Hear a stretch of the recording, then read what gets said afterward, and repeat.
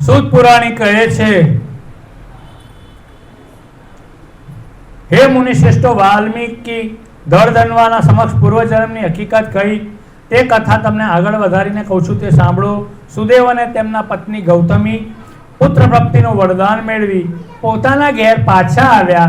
થોડા સમય પછી પત્ની ગર્ભવતી બની 9મા માસે પુત્ર રત્નને જન્મ આપ્યો. પત્ની ઘણા આનંદિત થયા. તેમણે પુત્રના જાત કર્મ આદિ સંસ્કારો કરી શક્તિ પ્રમાણે દાન અને પુણ્ય કર્યું. તેનું નામ સુખદેવ રાખવામાં આવ્યું. પુત્ર જેમ જેમ મોટો થતો ગયો તેમ તેમ પ્રસન્ન રહેવા લાગ્યા. યોગ્ય સમયે સુખદેવના યજ્ઞોપવિત થયા. ગાયત્રીનો ઉપદેશ અપાયો. આમ વૈદિક સંસ્કાર પ્રાપ્ત કરી સુખદેવ બ્રહ્મચર્ય વ્રત પાળવા લાગ્યો. મોટા થતા જ ખંત અને ઉત્સાહથી અભ્યાસ કરવા લાગ્યો. તેની યાદશક્તિ સારી હતી. એક વખત વાંચવાથી તેને બધું જ યાદ રહી જતું.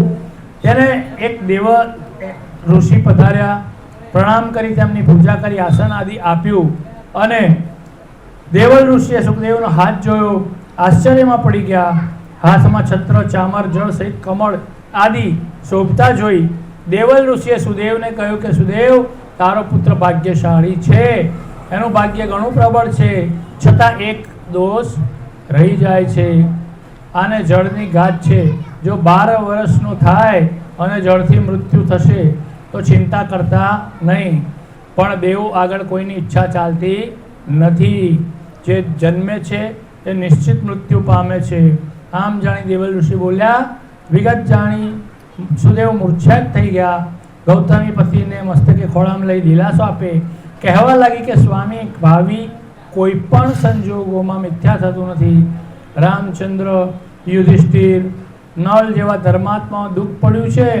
દશરથ રાજાને પુત્ર વિયોગ સહન કરવો પડ્યો છે. આવા અત્યંત દ્રષ્ટાંત આપણી સમક્ષ છે, એટલે હિંમત અને ધીરજ રાખવી જોઈએ. પત્નીની વાણીથી સુદેવ શાંત થયો. શોક હળવો કરવા લાગ્યો. આમ પુરુષોત્તમ માસની શરૂઆત થઈ એટલે ભાવિક ભક્તો નદીએ સ્નાન કરવા જાય, કથા વાર્તા વાંચે, કાંઠા ગોરમાનું પૂજન કરે, શક્તિ પ્રમાણે બ્રાહ્મણોને દક્ષિણા આપે અને પછી ઘેર જાય. નદી કિનારે એક નાનકડું ગામ, છોવાડોથી ભર્યું ઉપવન, ઝાડીમાં મૃગ અને મૃગલી રહેતા. ઝાડી ઝાખરા કારણે કોઈ પ્રવેશતું નહીં, જેથી તેઓ બંને સુખેથી પોતાના દિવસો પસાર કરતા. ઝાડીમાંથી તેમને ખોરાક મળી રહેતો, નદીએ પીવા પાણી મળી રહેતું. કોઈ દિવસ થઈને આજે આટલા બધા માનવોને નદીએ સ્નાન કરતા જોઈ તેમને કુતૂહલ થયું. એક પાટ નીચે સંતાઈને બેઠા કે જોવા લાગ્યા શા માટે આજે અહીંયા બધા ભેગા થયા છે. ત્યારે નદીએ સ્નાન કરવા આવનાર ભાવિકો અંદર અંદર જે વાત કરતા એના ઉપરથી તો એટલો ખ્યાલ આવ્યો કે આજથી પુરુષોત્તમ માસ શરૂઆત થાય છે અને માસનું વ્રત કરનાર ભાવિકો આવી સ્નાન કરે, કાંઠા ગોરમાનું પૂજન કરે, કથા વાર્તા સાંભળીને પુણ્ય કમાય. મૃગલા મૃગલી આ વાત સાંભળી અને એમણે પણ નક્કી કર્યું કે આપણે પણ પુરુષોત્તમ માસનું વ્રત કરીશું. એમ કરીને પાટ નીચે બેઠા છે. પાટ ઉપર નાહવા આવનાર પોતાના વસ્ત્રો નીચવે, કેટલાક એની ઉપર સૂકવે. જો આપણે અહીં ઊભા રહીશું તો તિરાડમાંથી ભીના વસ્ત્રોમાંથી જળ પડશે તો નદીમાં સ્નાન કરવાનું પુણ્ય માનીશું. બાજુમાં મહારાજ બેઠા બેઠા કથા વાર્તા કરે છે તો આપણે સાંભળીશું. મૃગલાની વાત સાંભળીને મૃગલી ખૂબ જ રાજી થઈ અને જો આવનાર બધા ભક્તો દાન દક્ષિણા કરે છે, કોઈ પૈસાનું દાન કરે તો કોઈ અન્નદાન દે, કોઈ વસ્ત્રદાન દે. આપણી પાસે અન્ન કે વસ્ત્ર પાઈ છે નહીં તો દાન શું કરીશું? વળી પાછો મૃગલો અને મૃગલી મૂંઝાયા, કંઈક વિચાર કરે છે અને પછી મને એક વાત સૂઝે છે એમ કહી મૃગા પ્રાણીઓ આપણી પાસે દાન કરવા જેવું કશું હોય નહીં. તો મૃગલી બોલી કે તારી વાત મને સમજાતી નથી, જરા સમજાય એમ બોલ.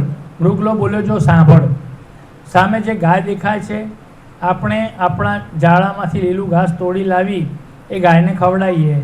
આમે બિચારી મરવાના વાંકે જીવે છે, તેને લીલું ઘાસ મળશે, બચી જશે તો આપણને પુણ્ય પ્રાપ્ત થશે. આમ પણ ગાય તો સૌની માતા જ કહેવાય ને.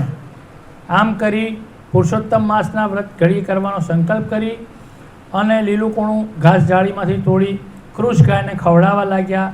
ગાય ભૂખી હતી, ઊભી પણ થઈ શકતી નહોતી, પણ ઘાસ ખાવાનું મળવાથી કંઈક શક્તિનો સંચાર થયો અને મૃગલી ઉપર રાજી થઈ. સવારે પાટ નીચે સ્નાન કરવું, બાજુમાં કથા વાર્તા સાંભળવી અને ગાયને લીલું ઘાસ ખવડાવવું, આ તેમનો નિત્યક્રમ થઈ પડ્યો. આમ છેલ્લો દિવસ આવ્યો ત્યારે ગાયને વાચા ફૂટી અને કહે, તમે પુરુષોત્તમ માસ નિમિત્તે જે વ્રત કરી રહ્યા છો એ જઈ હું પ્રસન્ન છું. તમે મારી વાત ધ્યાન દઈને સાંભળો. તમે અબોલા પ્રાણી હોવા છતાં પણ ભગવાનનું વ્રત કર્યું, સ્નાન કથા કરી, દાન કરી, તેનું ફળ તમને અવશ્ય મળશે. આ અવતારમાં જ તમને માનવ દેહ મળી જશે, પરંતુ આમ કરવા માટે તમારે મારી વાત માનવી પડશે. ગાયની વાત સાંભળીને મૃગલી ધન્ય થઈ ગયા. ગાય માતા, તમે જેમ કહેશો એમ જ અમે કરીશું. જો આ અવતારમાં અમારી મુક્તિ થશે તો માનવ અવતાર મળવાથી તેનાથી રૂડું શું હોય? ગાય બોલી, હે, આજે પુરુષોત્તમ માસનો છેલ્લો દિવસ છે. સ્વયં ભગવાન કાલદાયના વૃક્ષ ઉપર પ્રગટ થશે. તે સમયે તમે બંને ગળે ફાંસો ખાજો. પુરુષોત્તમ ભગવાન તમને મરવા નહીં દે અને મૃગમાંથી માનવ બનાવશે. મૃગલાએ પૂછ્યું, અમારે ગળે ફાંસો કઈ રીતે ખાઓ? દોરડું ક્યાંથી લાવો? તો કે રાત પડતા મૃગલી દોરડું લઈ કાલદાયના વૃક્ષ નીચે ગયા. ભગવાનના પ્રાગટ્યની રાહ જોવા લાગ્યા. તેમની નજર વૃક્ષ ઉપર હતી. ઝાડ ઉપર દોરડું લટકાવી દીધું. એટલામાં બાળ સ્વરૂપ ભગવાન ઝાડ ઉપર દેખાયા. બાળ સ્વરૂપે ભગવાનને જોયા કે તરત જ એક છેડાનો ગાળિયો મૃગલાએ પોતાના ગળામાં નાખ્યો અને બીજો છેડો મૃગલીના ગળામાં નાખ્યો. મરવાની તૈયારી કરી. બાળ સ્વરૂપે ભગવાને મરક હસતા તેમને મળતા રોકી પૂછવા લાગ્યા કે તમે બંને આ શું કરો છો? હું તમને તારવા માટે આવ્યો છું, મારવા માટે નહીં. તમે પશુ હતા છતાં પણ પુરુષોત્તમ માસનું વ્રત કર્યું છે, કથા વાર્તા સાંભળી છે, નદીના જળનું સ્નાન કર્યું છે, એટલે તેનું ફળ તમને અવશ્ય મળશે. આટલું કહી ભગવાને બંને ઉપર અમૃત છાંટણા નાખ્યા કે મૃગલો પુરુષ બની ગયો અને મૃગલી સ્ત્રી બની ગઈ. તેઓ બંને પ્રભુના ચરણોમાં ઢળી પડ્યા. હર્ષ અશ્રુ વડે પ્રભુના ચરણ પખાળવા લાગ્યા. પ્રભુએ તેમના માથે હાથ મૂકીને કહ્યું કે હે ભક્તો, પશુ દેહમાં હોવા છતાં પણ મારું વ્રત કર્યું, તેથી તેમને મનુષ્ય અવતાર પ્રાપ્ત થયો છે. હવે તમે મારી સાથે વૈકુંઠમાં ચાલો. એવામાં ખર કરતું દૈવી વિમાન આવ્યું અને તેની નજીક ઊભું રહ્યું. ભગવાને બંનેને તેમાં બેસાડ્યા, પોતે પણ બેસી ગયા. થોડી વારમાં વિમાન વૈકુંઠમાં પહોંચ્યું. ભગવાન પુરુષોત્તમ માસના વ્રતના પ્રતાપે મૃગલા અને મૃગલીનો ઉદ્ધાર થયો. બોલો, મૃગલા અને મૃગલી વ્રત કરે છે તો તેમનો ઉદ્ધાર થાય તો આપણો કેમ ના થાય? પણ આપણે ધ્યાનથી કથા વાર્તા સાંભળતા નથી, વ્રત કરતા નથી, હે? બાકી બધું કરીએ છે તો પછી બોલો બધા, પુરુષોત્તમ ભગવાન કી જય.